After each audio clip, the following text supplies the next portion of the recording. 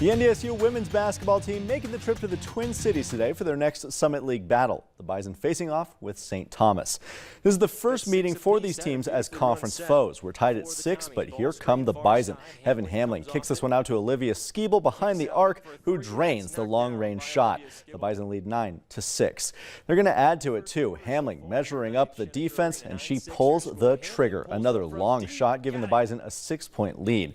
The Tommies would battle back though here in the second quarter. St. Thomas leading 24-20. The Bison passing along the arc. Skeebel's left all alone down low. We have a 2-point game once again. This one would be tied up late, but the Tommies hang on for a 73-62 win. Heaven Hamling led the Bison in scoring with 16 points. They fall to 6-10 overall. They're now 2-4 in conference play. Next up for the Bison, a trip to Illinois to face the Leathernecks. The UND women bringing a 2-game winning streak with them on the road with their trip to Western Illinois, and they start this conference battle with a bit of a run. Casey Barovich on the fast break, pulls up from the free throw line and drains it. Fighting Hawks on a 4-0 run to start this game.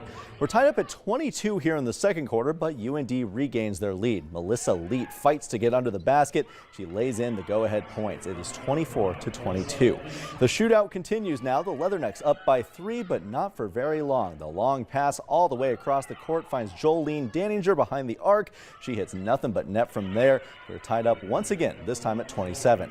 But UND isn't done. Leet is left all alone from mid-range, and the jumper gives the Fighting Hawks the lead again. They're up 33-27 at halftime.